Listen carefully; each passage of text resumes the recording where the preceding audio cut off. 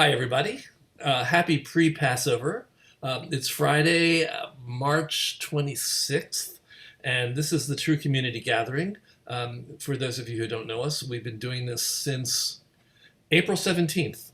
After going through a brief period of despair back in March, and after sort of deciding that maybe I shouldn't close my company and maybe try to learn how to do Zoom, oh, those of you who know me heard my prayers. Oh, please, God, don't make me learn Zoom. But I finally gave in, and we learned it, and we're doing this, and it's proved useful, and I think it's been a haven for many people. We're here every Friday at 4:30. I've only missed two Fridays, Christmas and New Year's, and we have a loyal following of people who come here and not only want to hear interesting people talk about interesting things that have to do with art during COVID, but also to meet each other and have a chance to have a voice in a room and say, this is who I am, this is what I do. Even though we're in a shutdown, I'm still me. So that's why we do this. And today, um, I'm meeting a guy that I've always wanted to meet. David doesn't know this, but everybody always wanted to know the guy that was at the Fifth Avenue Theater in Seattle. I longed to know you. So I want to talk a little bit about your illustrious past and the changes that you've gone through and the pivot that you made going into COVID. Um, Pretty much leave it. I'm going to leave it up to you to introduce yourself and talk about your background because you can sort of pick and choose. You've done so much. Sure. Hi, everybody. It's a pleasure to be here. For probably most notably for 18 years, I was the artistic director, producing artistic director, and then the executive producer and artistic director of the Fifth Avenue Theater in Seattle.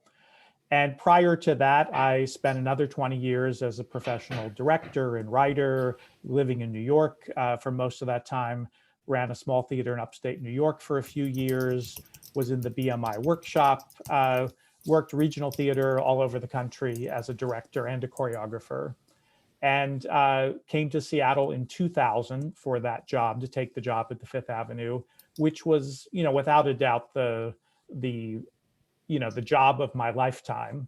It was a phenomenal opportunity, one that I frankly didn't expect to get, and then ended up getting it. And it was a thrilling place to be able to do large scale musical theater, which is very rare in this country, on a nonprofit basis. And we had a big focus on new work there. We did 23 new musicals during the 18 years I was there in full productions, 9 of which went to Broadway, which again, not something I expected to happen. If you would ask me on the day I arrived at the Fifth Avenue, how many new musicals will you produce and how many of them will go to Broadway, I would have said, well, maybe one if we're lucky. That would be a great ideal to have. But we did get very lucky, and we also did things well, and we put a focus on new musicals that I think trained the audience to expect them. We're a producers organization, so I want to ask you something. If you don't, I hope you're not uncomfortable talking about it. Tell us about enhancement deals from the not-for-profit point of view. Sure. We did every version of a co-production that you could possibly imagine during those times, some of which included enhancement deals. Explain to the room what that is. An enhancement deal is usually a Broadway producer comes to you as the theater company, as the nonprofit theater, and says, we'd like you to help us develop the show. And that happened to us a number of times. First and foremost with Hairspray was the first time we got involved with one of those. And just Hairspray, huh? But who knew? Who knew? It was just it was a show by people who'd never written the Broadway show before, except for Tom Meehan. Everybody else involved with it had no track record. It was a movie that was only mildly well known, and in some ways, John Waters was a turnoff to many people. But so it did have a big advantage. It had Margot lion at the Well, helm. that's why we got involved, Yeah. is that I had known the producers of the show in New York beforehand. And when I was coming to Seattle, I kept saying, I'm going to Seattle. I think it'd be a great place to develop new work. Give me a call if you got anything. And frankly, they did, which was fantastic. So we got involved. It was a big, risky move for the theater to get involved with. And so back to your question about enhancement money, that means that most of the time the way the deal would work is we would commit to putting into the show what it would cost us to do a revival of a big show. So if we wanted to do Hello Dolly, for example, that would cost X amount of dollars. And we would then do a budget for this new musical and say, this will cost this much more than if we produced Hello Dolly or Dreamgirls or something on our own.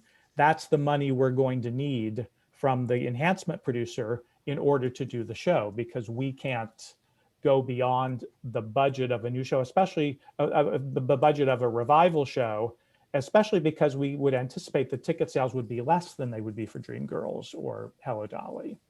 So that was the way that partnership would work. Sometimes we did it as co-productions with other regional theaters. We did Memphis with the La Jolla Playhouse and us and the commercial producers. And the thing that for the room to understand is that for a producer, for a commercial producer to do a development through a not-for-profit, it costs whatever the enhancement money is that they bring to the table. It's a fraction of what they would cost them if they were to do a full production, especially in New York or the New York area. So it's a big advantage. The other thing that people normally think about in terms of enhancement deals for the commercial producer is that they get assets from it. The truth of the matter is that the assets are limited because you think on paper, you think, oh, you'll get the costumes, oh, you'll get the set.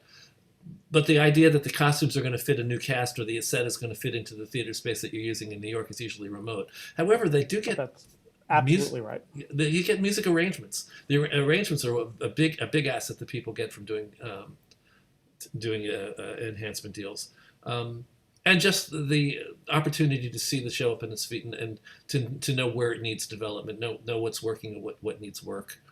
And then on your side, you got to participate in the future revenues.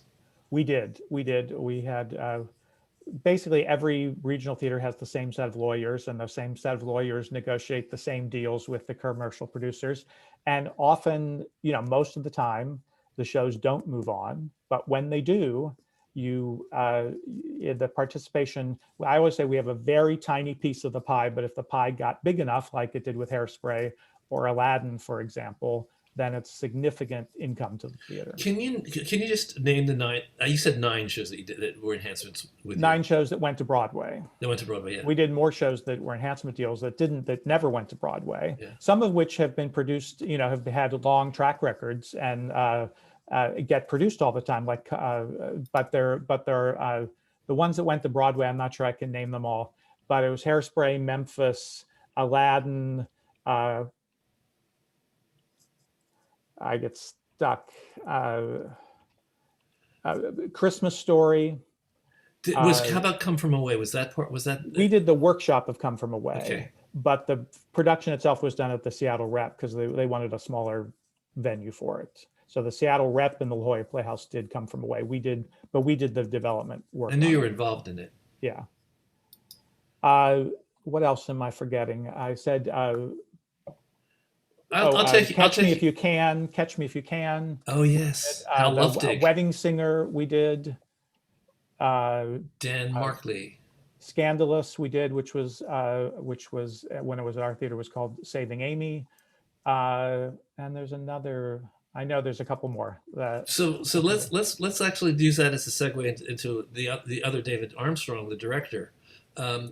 You directed things at your theater. Eventually, by the way, we're gonna move to the podcast. We're gonna get there. I promise. So he was a director. First Date was one of the other ones we did. Sorry. Oh, First Date. That was Ken Davenport. No. It was Sue Frost and Sue Frost. Yeah. Sue Frost loves you guys. So. Scandalous is an interesting story too. So, because let's not give away the surprise ending. So, Talk about the development of Scandalous and your involvement. I mean, it was very similar to the other shows, is that we were approached by the producers of that show, and Kathy Lee, who was the writer, wrote the book and the lyrics. And it had been done in several other regional theaters prior to us. It was a subject matter I was very interested in. We got involved, we started talking about it. Because of my interest in the subject matter, they asked me to direct it, which again, it happens in regional theaters all the time. And of course, sometimes it's self-serving from the piece, because they assume the show will get on at the regional theater if they ask the artistic director to direct it, but they have to be smart about that. And we did the show at the Fifth Avenue. We did a lot of development work on that show. We did several workshops prior to the Fifth Avenue, and then we did a full rehearsal period at the Fifth, and then another. And that show changed substantially. I would say it changed 50% between the first script we read and the opening night on Broadway, certainly. And it was not a success in the end. It was interestingly not a success from the beginning. It didn't sell any tickets from the announcement. It was one of those shows that just could not get any traction from ticket sales. So it didn't close because the critics didn't like it. It closed because they didn't sell any tickets from day one. It had no profile, no ability to sell tickets, which really was a fascinating lesson.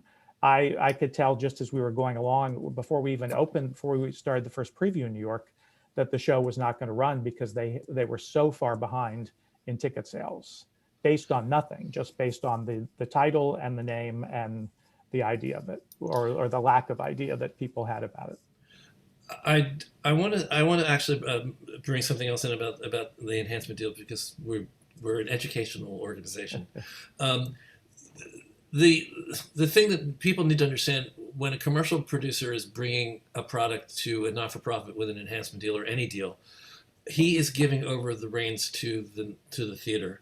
The producer does not have the control. It's the theater that has control. Do you want to talk about that relationship? And that's a hard thing to negotiate with for everybody to understand. You want to talk a little bit about how that relationship works? How much can a producer ask you to do? Well, there's things that they can't ask us to do that we won't do, and that's where you have to be very, very clear up front because what a commercial producer is interested in is getting their show to Broadway. And the way a show happens in New York is everybody kills themselves to get that show to opening night, the crew, everybody, because then the idea is if you get it to opening night and then it runs, then everybody has a job for years and then has a much easier weekly, daily life. With a regional theater, we can't kill ourselves on every single production because we've got 6 more in the season if it's at the beginning of the season, or 2 more, or the next season starting right afterwards. So a lot of the times where we would have friction between the Fifth Avenue and the commercial producers is, no, we can't bring everybody in on the day off and pay them overtime because they need their day off. We can't overextend our staff and our crew for this one show because we have a whole season to produce. So there were things like that were very sometimes added friction to the discussion. Somebody in the room is asking about world premiere status. A lot of regional theaters want, if they're going to do an enhancement deal, they want it to be a world premiere. Can you did you have that going on with you? We actually early on made a commitment we thought it was just as more beneficial in some ways to do a second production of something than the world premiere. Number one, because the show was probably further along but was never going to get where it needed to go if it didn't get another production. So that didn't stand in our way. We were just as happy. Memphis had 2 productions prior to us. Christmas Story had another production. Many of the shows we did were second productions of the shows that actually completed them, that brought them full scale. And we made this. Sometimes you have to share the income that might eventually come from the show with another regional theater because they are actually in the deal already. And but that didn't. We never let that stand in our way. How much? Well, somebody's asking in the room, but I'll rephrase it a little bit. How much did? What percentage? Was the percentage consistent from show to show, or did it vary very greatly depending on the negotiation? It was I would say it was mostly consistent because you basically establish a deal that you have and you say to people, that's what we get. That's our deal. Within that, there were sometimes variations on it, especially depending how much participation you were going to get, which were you going to get all the road companies, were you going to get London, were you going to get other things like that. Those were the things where it was more negotiable. The basic Broadway deal was basically the same, and it's basically the same deal that La Jolla has and the Goodman has and that everybody else has. We all have the same exact terms. Do you mind saying what the percentage is? I actually can't remember offhand in terms of I usually think it's around 1%. It's not. It's even less than that. Less than 1%. Yeah. Okay, so that's if you're talking about, but it depends what you're talking about, because you would share in two places. You'd share you'd get a weekly from the running side of it, basically a producer share, and then you'd get a piece of the of once the show goes into profit, you'd be in that part of the participation as well. So let me ask you your choice. Do you want to talk about your deep involvement in musical theater and how you started coming up with your basic theses about it, or do you want to talk about your move out of Seattle and why you made the move? They're kind of related, but tell it. Yeah, I can sort of tie them together, I think. Yeah. While I was at the Fifth, I started a very popular series we called Spotlight Nights that were basically sort of events we would do about 3 weeks or 4 weeks prior to each production, where we would have a free event. We get about 1,000 people to show up, which was kind of amazing for a free event. And it was basically a lecture demonstration. So I called it sort of a cross between inside the actor studio, a concert, and Oprah's book club was sort of it. And it would be about whatever the upcoming show or shows were going to be. Sometimes we group more than one show together. And I would host those, and I started doing the research for them. So in a way, I started doing a lecture several times a year, 5 or 6 times a year, basically as a history teacher, even though I didn't think of it that way at the time. And I really ended up liking it. It became part of the branding of the Fifth. It became sort of something that the audience was really excited about, and I became known for. And not knowing it at the time, but it sort of planted this idea that I would sort of continue that. Once I left the Fifth Avenue, I thought that's the kind of thing I would like to hear on a podcast. So I started developing the podcast in that regard. And just to clarify what you said, I didn't leave Seattle, but I did leave the Fifth Avenue. I stepped down after 18 years for a number of reasons. All of them good. All of them just it's what I don't think people understand, and I have a lot of empathy for all my colleagues across the country that run big institutions. It's really, really hard and exhausting. It is probably the most exhausting thing you can do. It's basically a CEO job of a giant corporation without any funding. And no matter how leveling, we were at the top of the money tree, and it's still hand to mouth, just on a different level. That's nonprofit theater. But you were also in an organization that had some infrastructure. It wasn't all falling on your shoulders. Oh, I had a wonderful big staff, absolutely. But again, even with staff, I always say, because I've run a very small theater, I've run a tiny theater, and I've run a giant theater company, and it's exactly the same. The challenges are exactly the same. There's never enough money to do the work you want to do and the work you need to do. At Fifth Avenue, did you have a managing director or a general? We did. Yeah, It okay. it varied a little over the years, but yes, we had a managing director. Although I was the producer, I was the executive producer, so I was the top person at the organization when I was there. So They've you had gone a now you had to a a more traditional model. so you had a slight mix of the artistic and the business side of it. I mean, we like Absolutely. to think that the artistic director makes artistic choices, and the managing director or somebody else is there to look after the money and make sure things are being taken care of from a practical point of view. You had to do both. Well, I actually have the philosophy that every artistic choice is an economic choice, and every economic choice is an artistic choice. And the more you tie those together, the better the show will be. Would you crochet me a sampler with that on it, please? I will. I'll make a sampler for you. Thank you. I appreciate that. I'd like to give them as Christmas presents to a lot of people I know. Um, And I think if you divorce yourself from the money as an artistic director and just say, I don't want to hear about money, and I've seen that happen at a number of organizations, you end up not getting everything you want because the money's been spent not badly, but without the full knowledge of what you really what are the priorities for it. yeah, that's. I mean, in simplifying it, I always think of the managing director or the business person in a theater company, sort of saying, okay, if you want this, then you have to give up that. So do you realize that to spend the money here means that you can't spend it there?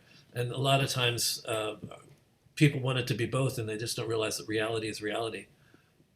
Yeah, and I've often had the opposite thing where I say, "Oh, well, we don't want to spend that much on that. How much is that going to cost?" Was a question I always asked, even when I was a director, uh, just as a freelance director. Uh, I would ask, we'd design something or plan something, and then I'd say, "Well, how much is it going to cost to do that?" And I say, "Oh, I don't want to spend that much on that because that's not worth it. I'd rather have 3 more days rehearsal or some other choice that you could make with that same amount of money." Right. So I'm hoping a lot of people are listening carefully. Um, we're going to get to questions in a second. I kind of want to steer this a little bit. How did you talked about starting your podcast? You talked about being uh, sort of a history teacher, the history of the musical theater. Well, there Um, was an interim in there. After I left the fifth one, the first things I did is I was approached by the University of Washington to teach a course on the history of the Broadway musical, which I started doing 2 years ago for the first time, uh, and was excited to do it. It was a tremendous amount of work. I didn't realize how much work it was going to be to prepare the syllabus and just to prepare all those lectures and to come up with it. The second where the pivot came in is the second year. So I started thinking about doing a podcast of it, but I didn't really do much about it. I thought this would be a great to sort of it inspired me even further to make to explore doing a podcast. And I was in the process of that, and then a year ago, or more than that now, a year and a half ago, it was clear that I was going to have to teach the course remotely last year. I teach spring. I only do spring quarter, and I will start the new quarter next week, actually. So I was oh, going I to have to got you teach just in 100 time. students, 100 students online remotely. And I thought, how the hell am I going to do this? How am I going to make this work? And I had a great TA to help me figure it out. So I started recording podcast episodes for the students so that as part of so that they would have something to listen to in addition to the lectures in case, we had no idea how well the lectures were going to go. And I had students all over the world because all the students were sent home. So we had a lot of students in Asia, and I wanted to make something that I knew that the material would get to them. So I started producing these podcasts for the students. And then eventually I was able to repurpose those and turn it into parts of them, at least, into the podcast that is now up and out 37 episodes on the Broadway Podcast Network. I'm happy I have a couple of colleagues. When was the first one broadcast? It was last year, first week of May, almost a year ago. So it really was part of a it it became a part of a COVID pivot. It didn't It really, it wasn't totally really did. really didn't, it wasn't conceived that way. Well, it was a COVID pivot for the class, which then turned into let's turn this into a podcast. So yes, it was, and also I knew that I wasn't going to be, because I thought I was going to be doing a lot of freelance directing and things last year, and when it was clear that that was not happening, then I put a lot of focus into to actually doing the podcast. So I would say it was. I'm going to come back to this, but somebody's asking a question. Larry's asking, when you were artistic director of Fifth Avenue, what did you look for in new plays and musicals, aside from knowing Margot Elian, that made you choose one project over another? You touched on that a little bit. You touched on the credibility of the team. Subject matter, was that important to you? For me, it was always about the people involved. It was about, do I want to spend a year or more working with these people? And obviously, talent was a big part of that. Not just track record, because a lot of them didn't have any track record, but did I believe in the team? Because you can't tell about the show. Nobody can predict what show's going to work and what show's not going to work. But what you can judge it on is, do I believe in this team that they will write a great show someday? If it's not this show, it'll be another show, and it's worth investing in them. And that really was what it came down to. Then there are practicalities about it too. There's some shows we would have liked to have got involved with, and there just weren't the resources to do it and things like that. But I would say the number one thing is the people involved, the creative team, as well as the producing team, if it was a enhancement project. Well, I don't know if you realized it or not, but Fifth Avenue became like a mecca. Everybody that was developing new work out here for like the past 15 years. It's always been, maybe I can get it to Fifth Avenue. It's like, we did hear from people, yes. Yeah, I'm sure you heard from people constantly. Which was great. And congratulations on doing such good work and being such a good stable, well-run company that people seem to want to work with you as much as you wanted to work with them. So we were very, very lucky. Speaking about Margot, is that one of the things that really put us on the map is she went back to New York and said she was never going to produce another show with develop another show with any other theater company but the Fifth Avenue Theater. And she told everybody on Broadway that. So that was our best. We couldn't ask for anything better than that. And then she came back 3 times. Yeah. Miss her. Yeah, totally. I'm looking at Paul Smith. Did you have a question that you wanted to ask? I see a hand raise. Actually, it's a short thank you. Your last week at the Fifth Avenue Theater, co-produced with Dramatists Guild of Reading and my play Countdown. It went on from there to 6 productions here and in England and publication. So I'm eternally grateful to the Fifth Avenue Theater because it's a landmark event for me. Thank you. That's well, that was worth so worth happy a hand to raise. Hear that. So happy. Yeah. Before I'm gonna move to the whole topic of the history of musical theater and the podcast in a second. But does anybody in the room have anything you want to ask while I still have the artistic director of the Fifth Avenue Theater here? Anybody have any questions for him? So we're gonna move. Okay, I have a hand raise. I have Maureen Condon. You're on. You have to take yourself off mute. You're on mute. Sorry. Thanks, David. Do the regional theaters ever look at a play or script from a playwright that doesn't have a producer attached to it or a whole team attached to it already? Absolutely, and most theaters have some. We had to develop ours because we sort of worked backwards from doing full production to then developing a whole development arm of the Fifth Avenue Theater, and you have to figure out, each theater has to figure out what the best way they can do that, how they're taking submissions. And one of the most challenging things, and I think we never succeeded fully at doing it as well as we wanted to, was figuring out a way to process all the submissions that came into the theater and try to figure out how to respond to them. And it was, I think every theater struggles with that as well. So I understand the frustration from everybody about, I send my plays out and I never hear anything, or I don't get a timely response and all that kind of stuff. And I'm sure that's absolutely true because we failed at it too very often. It's just staffing that and staffing it with people that you can trust to actually bring things to you that are good and to respond effectively to things that are good but aren't right for the theater. There's so many levels of it. It's not black or white. It's like, this was a great piece, but it's not, it may not be a show that we can do, but we'd like to have an involvement with those writers, or this is a, it's, there's so many gradations of response that you want to have there, and it's almost impossible to service. And I think people struggle with that. So I think the answer is yes, but I do have some, give them a little bit of breath of they're struggling to try to respond to that. And follow up is good. Do not hesitate to follow up. Bugging people is actually a benefit to people, because it will keep them doing the thing they really want to do, but completely get distracted from by trying to run a theater and not lose their money and not go out of business. So that's what you're competing with. You're competing with the survival of the theater company and the attention they can give to your play. Thank you. Thank you very much. Looking in the chat. Let's see.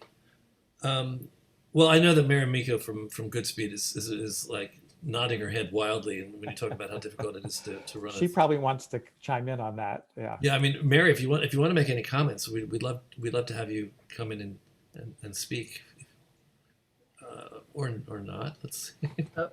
Hold on. There you are. Okay. Can you hear me okay? We can hear you, yeah. Okay, very good. I was just going to say, Goodspeed has had full-time people on staff to read scripts for years. And, the quality is all over the board. You get someone who's written a script that's like, a sixth grade class. They don't know how to submit their music. And anyway, it just got out of control. So we do not accept anything that's cold. I mean, you just have to, because you just get lost in that process. Do you know whether whoever replaced you at Fifth Avenue has changed the policy, or is it still a pretty open policy?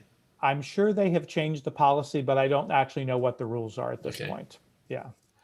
We change the policy every year because we kept trying to find a better way to do it. As Mary just said, it's a losing proposition, unfortunately. And I don't take that lightly, because it's not that we're not trying, the theaters aren't trying, they're just trying the best they can. So we're gonna shift gears a little bit. We're gonna start talking about podcasts.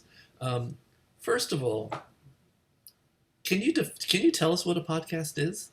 Can you define it? We're in the second golden age of radio, is the way I think of it. Radio has made a giant, very unexpected comeback. And the only difference is, instead of turning on the radio to hear it, you download a podcast, you go to a podcast app and you listen to things. But you have this, somebody told me there were 240 million podcasts or some ridiculous number out there in the world right now. I fell in love with them later than a lot of people, but a good year before I started one, or probably 2 years before, I was getting hooked on listening to podcasts. And there were several history ones that I was really interested in, had nothing to do with musical theater, and started this idea in my head, I'd like to do something that would be a great format for talking about the history of the musical. And I had this idea, which is what I pitched to the University of Washington when they approached me about doing a course, to a sort of a specific lens. My particular podcast is called Broadway Nation, and it's a cultural history of the Broadway musical that tells the extraordinary story of how immigrants, Jews, queers, and African Americans invented America's signature art form, and how they changed America in the process. So that's my sort of 10-word description of the show. It's a little more than 10, but that's a grabber. The university felt that way too, which is where I first pitched it, and that is the course I teach there at the University of Washington for the School of Drama. What's interesting there, I'll just do one side note about that, because I just looked at my class list for this semester, the quarter that starts on next Tuesday, is I have 100 students. 2 of them are drama majors. Everybody else or the majority of them, they're from all over the campus, if there was a campus they were going to, but all over and science is probably one of the biggest thing that ties people together involved in some kind of science, computer science or natural science or all those kinds of things. And it just demonstrates the sort of appeal of the Broadway musical really across the board. I want to get a little bit into the weeds. We had a guest a couple weeks ago who made a distinction between podcast and radio drama. Do you agree with that distinction, or is I don't, because podcast there's just- radio drama on podcast. I mean, some podcasts now are radio dramas. I know. So I actually don't see the distinction between it. Either did I, but I keep trying to ask the question and see if somebody can clarify it for me. I basically use podcast generically as any form of audio drama or presentation. I think sort of like the radio, like old-fashioned radio, there's a whole range of programming on the radio. There's news, there's talk shows, and then there's radio dramas there, and if you think of our the golden age of radio, when there were radio musicals, there were all kinds of things. I think that's what podcast has really picked up all of that, podcasting as a form. Well, Jane Dubin is suggesting that podcast is the medium, audio, drama, interviews, etc. are the content. That's exactly right. I would agree with that. I would too, but we had an interesting conversation with Claudia like 3 or 4 weeks ago, so that had me scratching my head a little bit. So you basically started this. I'm trying to figure out how to ask this. How did you develop your thesis? I mean, is it just obvious? Would anybody look at the history of musical theater and see what you saw? I think anybody could. I don't think most people have looked at it that specifically, although the pieces of it, I would say my sort of whole thesis has picked up on a lot of things that other people have done in pieces. And I'm trying to put it all together into one story. So a lot of people have talked about the incredible, contribution that Jewish people have had to the musical, especially people of Russian Jewish descent. Irving has Berlin. been phenomenal from Irving Berlin on. It just goes on and on and on. By the way, I'm of Russian Jewish descent, so I consider myself part of the tradition. Exactly. So there's all these different elements to it, but what I sort of came together is that what became clear to me, and again, based on other people's research to a lot of extent, is that at the turn of the century, when the musical was being invented, show business, there was this moment where show business started becoming a thing, but no WASP would go into it because it was not respectable. It was not a respectable form of work. Only was, one centimeter away from vagabonds and prostitutes, or the people who would be involved in show business. So it became this incredible opportunity for all these disenfranchised people, all these marginalized people who couldn't get any other jobs, but could get into show business. And it's sort of like I alluded to, used to be, you think about young black men and basketball used to be a way out of the ghetto, was to go into sports, was to go into basketball, was a one opportunity they could get. And I sort of make that sort of same analogy to Blacks, to Jews, to LGBT people. All these people at the turn of the century, all kinds of immigrants, could get into show business. And if they had, of course, then they had the talent, they had to be able to come up with it. But it was an opportunity that nobody else could have, and they got in on the ground floor of something. And it became this industry, this art form that was made up almost entirely by marginalized people. I did as part of figuring out whether this thesis was correct or would work, I did a list, and I keep refining it and revising it and building it. But it's about 350 of the most influential, most important people in the history of the musical theater from 1900, even before that, from 1890s up to today. So the 350 most significant people, 35 of them are straight, white, Anglo-Saxon Protestant males. 35 of them. No, they needed to try harder. Some of So them are quite significant, George Abbott, people like that, but it's Yeah. still, it's less than 10% of the most important people in the American musical theater do not come from some marginalized group. I trust that that's true. It just feels right to me. From what I mean, I've never analyzed it, but I've experienced it. I lived musical theater my whole life. I'm total musical theater geek. We have a hand raise. RK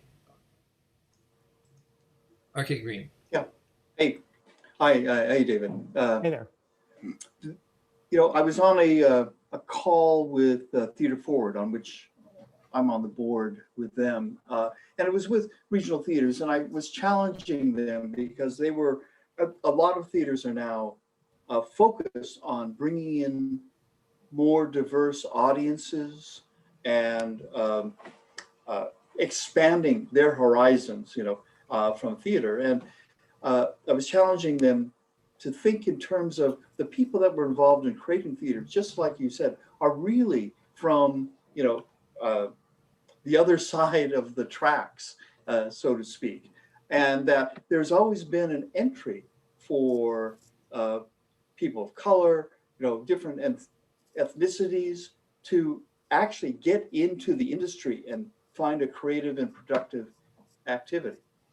So how do you feel that this should be leveraged into the attraction of the new audiences that so many, particularly regional theaters, are trying to do? It's a very tricky, and having run a theater for years and looking at the audience and trying to build an audience, I was somewhat of a, and this was dealing with the issues that we're dealing with today, but not to the level that we're dealing with them today, not to with the focus of the scrutiny that's on it at this moment. But of course, those things were always important to me and to the Fifth Avenue. But I was a contrarian in some regards. I don't think there was ever, and somebody correct me if they have history, if they have documentation, I don't think there was ever a time in the history of the theater when a lot of people in their 20s went to the theater. I think theater is inherently something that people in their 20s want to do things that people in their 20s want to do, which is go out and socialize and drink and have fun and party and do all that kind of stuff. And I think theater is something that people come to a little later in their maturity. So I always said to my marketing staff and to our staff, yes, we want to attract a young audience. That young audience is 40. That's who we want to put the focus on. We want we want to start getting 40-year-olds into the theater so that so the audience doesn't die off. So in some ways, that addresses at least part of what you're talking about. I don't think this focus on getting 25-year-olds into the theater is ever going to work. Well, I think RK is implying an irony. The irony that the musical theater at Broadway has been built on diversity, and yet it has not attracted diversity as an audience. And a lot of that has to do with the fact that part of the way that these people found their way into theater was by, in some ways, compromising their histories and their specific stories, and finding it all became a melting pot of commercialism. What we need to do is we need to get people back to telling the stories honestly and in their voices. I agree with that. I also think that every research will show you that there's two things that define a theater goer. It's a level of education and a level of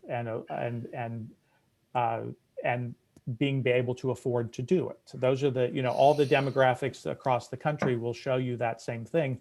We did an experiment at the Fifth Avenue where we made tickets available to all educators of any kind, grade school, high school, for $25, unlimited, they could get tickets for $25. And we had people take us up in droves. And it proved to me that the money wasn't the issue for, it wasn't that only rich people wanted to come. It was that the level was education. And unfortunately, we suffer where the groups we want to, all this diversity that we'd like to have in the audience, we have to then address our educational problems in this country as well. Because that's Amen to really what that. will, only educated people want to come. And I don't mean that in a it sounds, I hated the way that came out of my mouth, but I do think there's something about having a level of education that makes you want to go to the theater. What that connection is, I'm not. Well, let's say at least commercial theater, because there's a lot more theater out there, and a lot more theater that is accessible and attractive to other audiences. The challenge. But I would tell you, I would suggest that even in those audiences, there is some level of education that is affecting attendance. Okay, the other thing that I always assume is that there's the problem of stories being told that are familiar to the people that are coming to see them. People want to see their own stories, and that is absolutely true. The biggest problem that I identify is the lack of diversity in the producing world. If we have a more diverse and aggressive and really committed producers, committed to telling stories that other people don't want to tell, the more likely it is that we're going to eventually move into something that resembles a more diverse commercial theater. I don't think it's going to happen quickly. And we can't pretend that racism didn't affect the Broadway world as well. Even though we started off with all these marginalized groups, like everything else, there are the history of African Americans in the musical theater creating the work is. There's much more of it than people think there is, but it keeps getting stymied. I just interviewed the writers of a new book about U.B. Blake it's just come out, a really terrific book. I and have one to of the problems, the canon, yeah. Now I have to respond to somebody. I'm not going to say who it is. Somebody says, I don't want to hear my own story. How can you learn about other people? You don't have to worry about that. Your story is being told all the time. What we're talking about is people coming to theater wanting to see their stories. And you may be part of a population that is going to see themselves on stage that would like to see others, but producers have to get a level of confidence that there are enough people that are willing to see those other stories. Good for you. And yes, you are a sign of hope that maybe we can have greater diversity and tell more diverse stories in commercial theater if more people feel like you do. Producers have to trust that there are more people that feel that way. So I saw the comment and went, oh no. I just wanted to say looking at the history of during the 1920s, there were two big periods of tremendous work by Black producers, writers, directors, choreographers, performers from between 1900 and 1910, and then again during the 1920s. But one of the problems is that Hollywood couldn't sell those shows to Hollywood. So there was, because there was no possibility of a movie being made of those shows, which then eventually caused those shows not to happen. So there is, structural racism built into the system, even within the relative opportunity that was there. And this past year, it's been harder than it ever has been in history for us to deny that. And yet some people manage to deny it. But yes, there's a systemic racism that affects all aspects of our culture and our society. I think the same thing was true in the 1970s, where there's another tremendous decade of lots of work by African-American artists. There just wasn't anywhere to take it beyond that initial Broadway. I hear they're bringing back. Don't Bother Me, the other one. Not Don't Bother Me. Ain't supposed to die a natural death. That's it. Ain't supposed to die a natural death. I mean, Yeah. that's interesting. That would be very interesting to see if they pull it off, if they get it up, and if they get an audience. I hope they do. Um, Back to your podcast again. Would you tell everybody the name of your podcast It's Broadway Nation. and where do they find it? You can find it on anywhere the podcasts are found. So on your iPhone, if you go to that little purple icon that's there, it looks like a microphone. You just go on your iPhone. You can on Stitcher, on Google, anywhere, and on the Broadway Podcast Network, which has they actually have an app now as well. But you just go to their website, and there's, I don't know how many, 90 or so podcasts all about Broadway and theater and all theatrical subjects on there. Some really terrific stuff.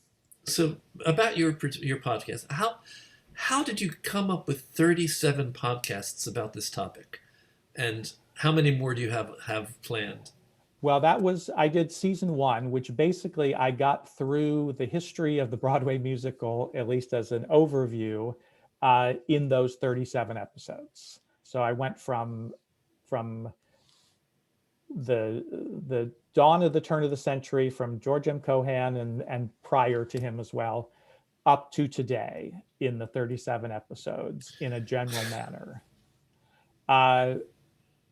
Now what I'm going to do in season 2, which is going to start in May, is I'm going to go back, not in chronological order this time, but go back in more detail into various aspects of the history of the musical. So I'll take some of the things I already covered, but rather than having them be mentioned as part of one, this decade of podcasts, a whole show about that particular subject. For instance, these writers that have written the new book about U.B. Blake, they're getting 2 episodes because they were so fascinating.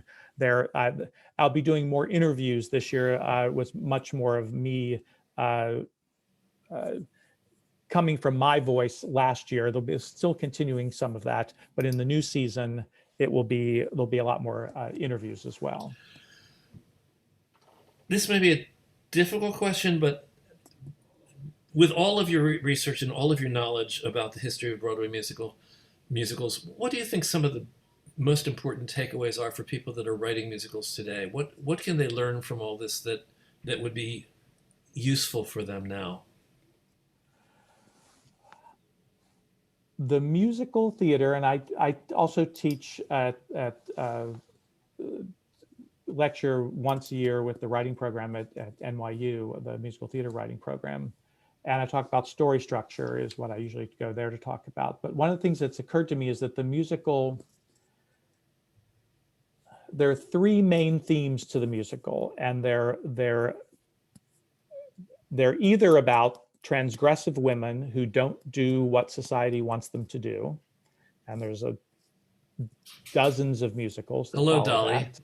Hello, Dolly would be one of them, but you just go down the list. It just goes on and on and on, from beginning of time up to Wicked, up to, there is, musicals are often about community, about what it takes to form a community. And in fact, what's really surprised me is they're really about compromise very often. They're showing us that in order to have a successful community, we have to be able to compromise and come together with shared values, which would be an incredible lesson for our society to learn right now. But that's what musicals are. So dozens and dozens of musicals do that. And then they're often about equity, diversity, and social justice. And that, again, across a range of things. Those are the 3 most significant, most ubiquitous, reoccurring time and time again themes of the musical. And I think that is not an accident. I think it is somewhat inherent in the I don't know what the word is, not hopefulness, but there's something positive about creating musical. It's hard to do a tragic musical. Even West Side Story ends with, out of this tragedy, some hope may come. When those 3, the sharks and the jets, come together to lift his body, that's the essence of that show. Actually, I agree with you. I think the musical form, it's inherently an optimistic. It requires optimism to sing. I Well, think if you is were that what it comes down to. pessimistic, why would you spend 3 years writing a musical? Uh, I mean, it's sort of inherent in the form. You spent all this time to do something. Of course, optimism comes in different forms. I mean, if you look at like Fun Home, uh, it's not a joyride, but it's a gorgeous, gorgeous piece, and it is filled with hope. Yeah, Uh, absolutely. um, uh, Jane wants to know what musicals do you put in the community category? I would start with Fiddler on the Roof, but Oklahoma, Fiddler on the Roof, Brigadoon, Come From Away. Come From Away. Yeah. I mean, it literally covers the entire history of the musical. I have a whole podcast about that. So if you want to, I recommend that one. I recommend which number podcast is that? It's actually the last three podcasts are the ones where I deal with the themes. So Okay. the most recent ones, or the last four. Yeah. I'm looking for other questions in here. Well, Eric Rothman brings up an interesting fact, which is operas can tend to be much more tragic. Operas are able to contain tragedy in ways that the musical struggles with. I'm sure if we look through the history, you're the one who knows the entire history of musical theater. There has got to be some tragic musicals. There have got to be some musicals that don't add on a happy quote note. Well, there are many that. Well, I would say there are many that end on a mixed note. Ambivalent. On an up-down ending is what we call it in story structure. There's a positive and a negative mixed together at the end of it. There are very few that end with a down-down ending. West Side Story probably being the one closest to that. And if you're talking about hit musicals, I mean, there are musicals that end, obviously Sweeney Todd, but that also is a cautionary tale. That is revenge does not pay, don't go down this road. There's a very positive message to the end of that tragic tale. Essentially, what we ask any writer, whether they're writing a musical or they're writing a drama, a historical drama, whatever, is what is it that you're trying to say about the human condition? That's exactly right. If you don't have anything that you want to say about the human condition, figure it out, because you're writing in the dramatic form where the key element is character. These are people. These are human beings. So people always quote L.B. Mayer, like, if I wanted a message, I'd get Western Union. And maybe that's true for movies, because movies are often about nothing, but that's not true about musicals. Musicals, the ones that are big hits, are about something, are really about something. Even what seems like fluff is really about something.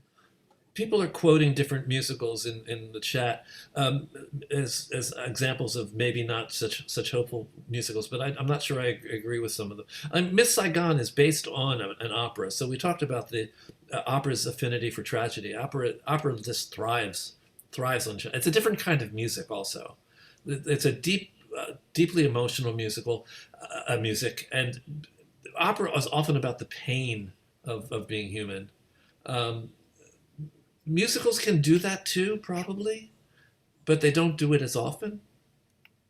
Yeah, I mean, I've seen the list here. I just looked over at the chat. I wasn't looking at it before, and I agree that there are a number. Although I don't, I'm not sure which comment was which, but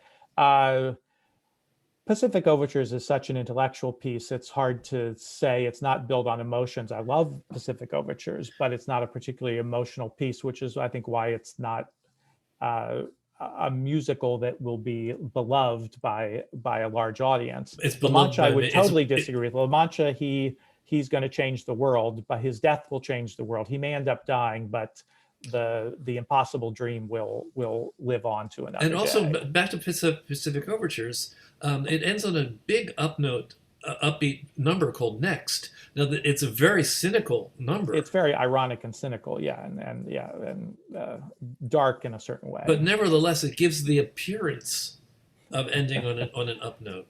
True. Assassins is, again, another piece, but I do think it ends with at least the hope that we'll learn something. I don't think it ends with life is hopeless and we should all give up. It ends with, are we going to finally learn something from this pattern that we're on? It's interesting. I mean, the more I think about it, it's interesting that that somebody doesn't really focus on bringing tragedy into musical theater. I don't know whether I'd want it, but I mean, it's certainly something that could be considered a quest for some writer. Signs of Life. Joan is a producer of Signs of Life about Terezin, about the Nazi concentration camp for artists. Yeah, heavy but hopeful. Again, we're talking about exceptions.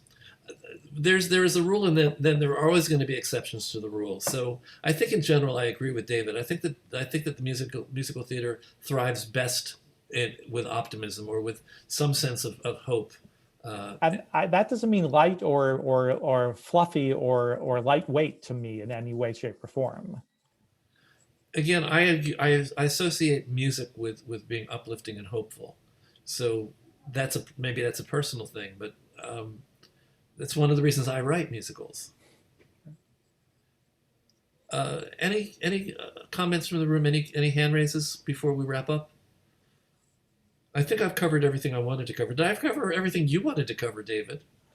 Yes, it's been very enjoyable. I invite people to obviously to listen to the podcast, check it out. I think you will be captivated by it and intrigued by it. I also have a very lively Facebook page that's associated, a Broadway Nation Facebook page where we've got 1,200 members right now, and it's really fun. It's quite fun and lively there. Lots of smart discussion about musical theater. I'm trying to remember who invited me to join your page. That's how I found you. Somebody invited me to join the Broadway Nation Facebook group. It's really taken off. I had no idea. Again, a lot of this is stuff I've just fallen into. We didn't get into the producing the podcast, which I do entirely on my own on GarageBand. Although now I'm moving to a different platform called Descript, which is I highly recommend people check out if you're looking to do any audio kind of production. It's called Descript, Descript, and I'll just briefly describe what you can do on it. You take your audio file. You could record in Descript, but I've recorded other than you take an audio file, just MP3, you drag it into this program. It immediately translates into text. So basically gives you a text version of what's on the audio. It will differentiate different people speaking automatically. It'll tell you, and then you can edit the audio using the words. So just the same way you would edit like a Word document, if you take out this sentence, it takes it out in the audio as well. You could go through and take out all the ahs and the pauses and the ums. Just you can do them like you can take them all at once in one flick of the button, and those will all go away. You may not want to do that because sometimes it ends up with awkward transitions, which you can fix. It's a pretty new program, but it's quite amazing. So if anybody, and it will edit video that way as well too. I haven't done it that way, but you could drag your video in there and it will do that. You can do the same kind of thing, edit it without having to listen to it or watch it. You could just edit it from the text. Somebody wants to know at least as a rough first draft. Somebody wants to know how it deals with heavy accents, and it's probably deals with heavy accents the way any other transcribing. I mean, program. The transcription, has its problems, but it does learn your voice eventually. So I'm sorry that I hadn't brought that up because yes, I did want everybody to know that you did this all by yourself. So far, yeah, I've been a one-man band on this with all the sound editing, and again, it's all like, I'm not a young person, and so there was a big learning curve. To me, there you are learning that stuff. One other thing about that, how do you market your podcast? How do you reach audiences? You're pretty popular right now, so it's doing pretty well. I'm working with a consultant on that who's helped me to figure out how to do that. A lot of it is basically social media marketing, but not in the traditional way, not with paid marketing and not with Facebook's ads and things like that. There are a number of different ways you get out into the world and get people to know about it. So that's the main way I've been doing it. I've done very little paid advertising of any kind for it. Can I keep you here for another 2 questions? Sure. Okay, Larry Daggett, did you want to ask a question? Hi, yes, if you don't mind, David, a quick question about when you were artistic director of the Fifth Avenue. Sure. You get most of your money, I would think, or a big share of it from subscription and from subscribers, mostly who I would think are, I won't say elderly, but over 40 and have a lot of money, I would think. And so you would choose works, as you said earlier, people want to see stories about themselves. You would choose works that have to appeal to that. But at the same time, you have to balance this. You want to attract younger viewers, and sometimes you want to do cutting edge works.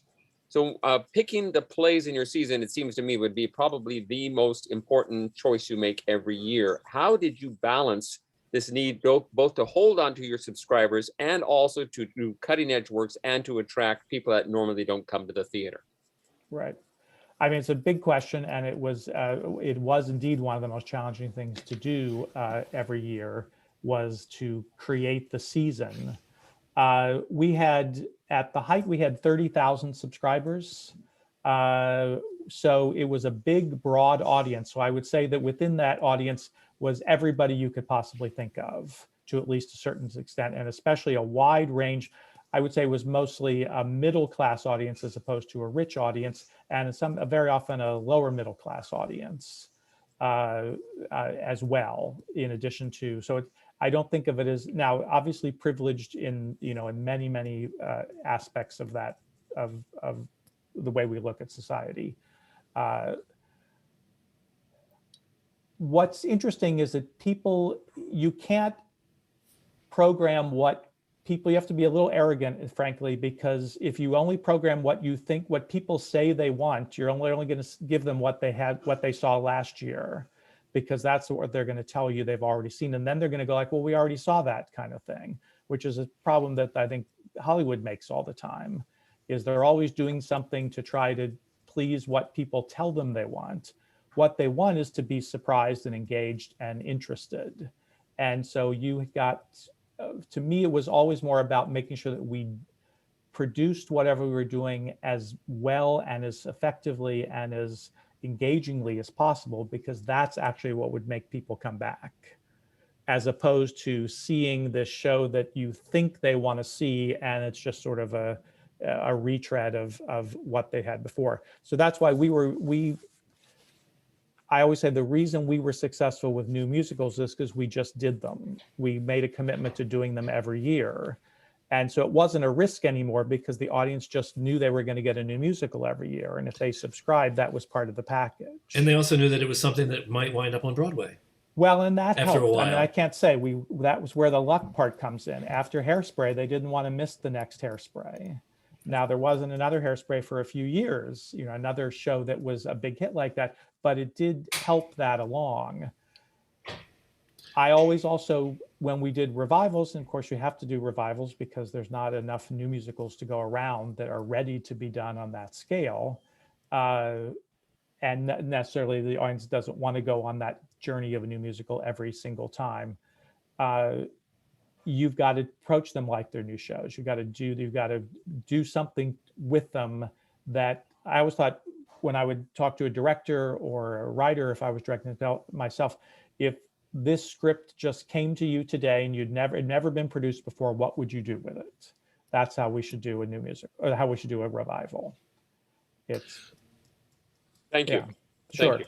I'm not sure that totally answered your question. No, but it did very bit much. there. It did. Very Okay, helpful. Thank you. Sure. Jane Dubin has a couple questions. Jane?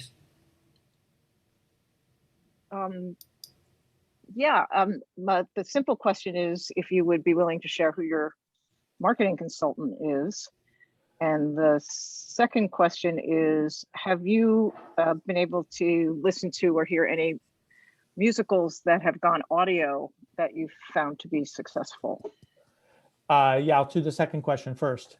Yes, in fact, the Fifth Avenue in its current management just is doing new musical development right now as audio, as an audio play, basically an audio musical. And they did a new musical, and I wish I could tell you who the writers were. They're a really interesting young Asian American team of writers. And I heard the piece a few weeks ago. I wish I'm going to be such a bad advocate for this because I don't know the names of the piece or the writers, but which I can find out and share with everybody. But I was really taken with it, and I thought it was a very, very effective way, maybe even more effective than sometimes doing a reading of a show, to showcase a brand new work. It was really well done. Again, it was basically an audio musical version, the full show done only as audio. And it really showcased this interesting new work really well. And I actually think a lot, even after COVID, I would suggest a lot of new musical development. That might be a phase that would be really helpful to pieces, maybe even more helpful than readings and sometimes. So that's the second thing. You want to look out the consultant he has a podcast and a Facebook group called Grow the Show. Kevin Chermidlin is his name, but Grow the Show is his podcast and his Facebook group, and that will get you in contact with what he's about and give you an idea what he does. Thanks. I just want to say I'm a producer. I've been adapting a musical for audio because we don't have a stage. Right. And it's been an incredible process for development because you really have to focus on the words. You can't rely on production tricks to make the story work. I think that's what's so great about it. It's just the book, the music, and the lyrics. All the focus goes to that, and the performances need to be good, but they're not make or breaking it the way they can in a reading. Sometimes they cover up the problems with a show, or make it seem better than it is. And I think this is really effective way to it's like you're doing the cast album first, but it's the full show. Exactly. Well, thank you, Kevin. Kevin. Thank you, David. Kevin is Grow the Show. Thank you, David. It's been for me, it's been just a joy talking to you. It's my pleasure. Thank you so much. Happy to do it. I do have to run, unfortunately. And understandable. I mean, I had you until 6 o'clock, and you're giving me 18 more minutes. So thank you for the grace period. And of course. I'm going to be in touch with you about helping True in other areas. Right. Particularly, happy to be involved. I want you to. We do a 3-part musical feedback lab, and we would love having you on a feedback panel. Cool. So, great. Thanks, everybody. Thank you. So everybody else, come on into the room. Turn on your videos and come on in, and I might put you into breakout rooms, and you'll have a chance to meet each other.